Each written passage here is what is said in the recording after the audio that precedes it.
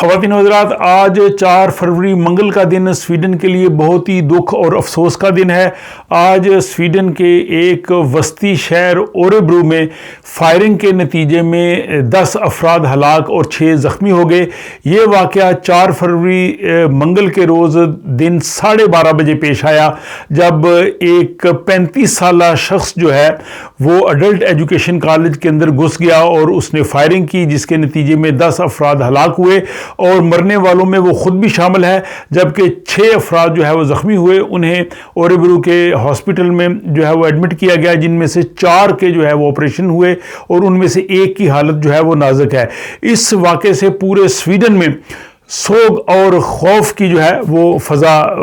طاری ہو گئی ہے، اور یہ واقعہ سویڈن کی تاریخ میں پہلی مرتبہ اس طرح کا واقعہ ہوا ہے کہ کسی تعلیمی ادارے میں کسی شخص نے گھس کے فائرنگ کی ہے اور اتنے زیادہ لوگ جو ہیں وہ ہلاک ہوئے ہیں۔ اس سے قبل 2015 میں ایک واقعہ ہوا تھا جس میں 3 جو ہے وہ لوگ مارے گئے تھے، اور اس واقعے کے بعد سویڈن کے وزیر اعظم نے جو ہے وہ دکھ اور افسوس کا اظہار کیا ہے۔ انہوں نے اپنا بیان بھی جاری کیا اور اس کے بعد وہ سویڈش ٹیلی ویژن پہ آئے اور وہاں پہ انہوں نے بہت سے سوالات کے جوابات دیے۔ انہوں نے کہا جی کہ پولیس ابھی تحقیقات کر رہی ہے، ابھی ہمیں اس واقعے کے محرک کا جو ہے وہ علم نہیں ہے، اور نہ ہی ہم اس کو کچھ ٹیررزم کی ایکٹیویٹی کہہ سکتے ہیں، نہ ہی اس کو ہم یہ کہہ سکتے ہیں کہ ابھی گینگ وار ہے۔ ابھی کچھ بھی ہم اس حوالے سے نہیں کہہ سکتے۔ پولیس جو ہے وہ اپنی مکمل تحقیقات کر رہی ہے اور پولیس کی تحقیقات کے بعد جو ہے وہ سب یہ چیزیں سامنے آئیں گی۔ ایک اور سویڈش اخبار کے مطابق پولیس نے اوریبرو شہر میں جو ہے وہ 35 سالہ شخص، جس کے بارے میں کہا جا سکتا ہے کہ اس نے یہ ساری فائرنگ کی، اس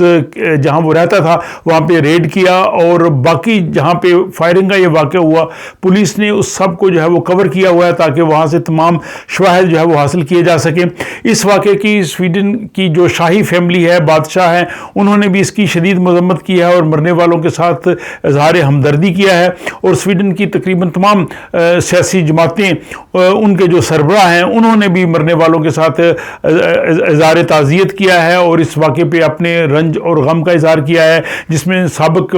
وزیر اعظم اور اپوزیشن لیڈر مگدلینا اندرسن بھی شامل ہیں، اور وزیر تعلیم جون پیرسن بھی ہیں، اور باقی سیاسی جو لیڈرز ہیں انہوں نے بھی اپنے اپنے بیانات جاری کیے ہیں۔ تو اس واقعے نے سویڈن کو جو ہے وہ ہلا کے رکھ دیا ہے۔ بہرحال آج 4 فروری کی سویڈن کی جو ہے وہ یہ ایک بڑی خبر ہے، افسوسناک خبر ہے، اور یہاں پہ رہنے والے تمام لوگ، خصوصاً جو اوریبرو شہر ہے، اس میں غم کی اور خوف کی فضا ہے، اور ساتھ ہی جو لوگ